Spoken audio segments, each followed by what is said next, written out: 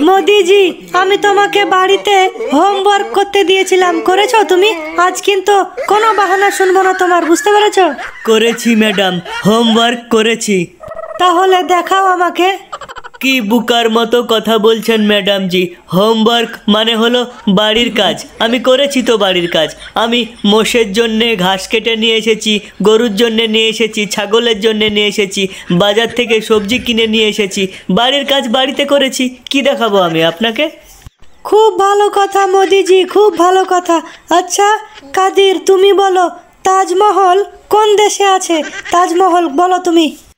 আরে তাজমহল কোন দেশে আছে এটা তো আমি জানি না। এখন আমি কাকে জিজ্ঞেস করি? জোরে তো জিজ্ঞেস করতেও পারবো না। একটা রাস্তা আছে। কি ম্যাডাম, আপনি জানেন না তাজমহল কোথায় আছে? আপনি আবার আমাকে জিজ্ঞেস করেন? আপনি মনে হয় পারেন না বলতে, সেই জন্য আমাকে জিজ্ঞেস করছেন তাজমহল কোথায়। কাদির, তুমি কেমন কথা বলো?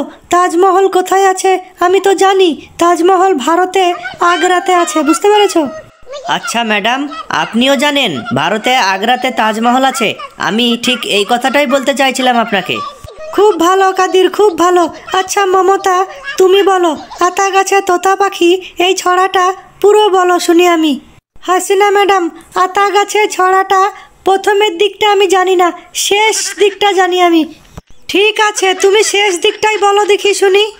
ঠাকুর দাদার বউ, লেন আমি বলে দিলাম শেষ দিকেরটা, ঠিক আছে? আর শুরুর দিকটা আমি কালকে মনে করে আসবো, ভালো করে পড়ে আসবো প্রথম দিকটা। কোনো অসুবিধা নেই মমতা, কোনো অসুবিধা নেই। তুমি প্রথমের দিকটা কালকে মুখস্থ করে আসবে, ঠিক আছে? আচ্ছা মোদিজি, তুমি বলো নাকে তেল দিয়ে ঘুমানো, এটার একটা উদাহরণ দাও ভালো। ঠিক আছে হাসিনা ম্যাডাম, আমি কালকে উদাহরণ দেবো, ঠিক আছে? আজকে না। কেন, কি কারণে? আজকে কেন উদাহরণ দেবা না, কালকে কেন? কালকে বাড়িতে নাকে তেল দিয়ে ঘুমাবো আরাম করে, কালকে স্কুলে আসবো না আমি, বুঝতে পেরেছেন হাসিনা ম্যাডাম? এটাই হলো উদাহরণ, বুঝতে পেরেছেন এবার?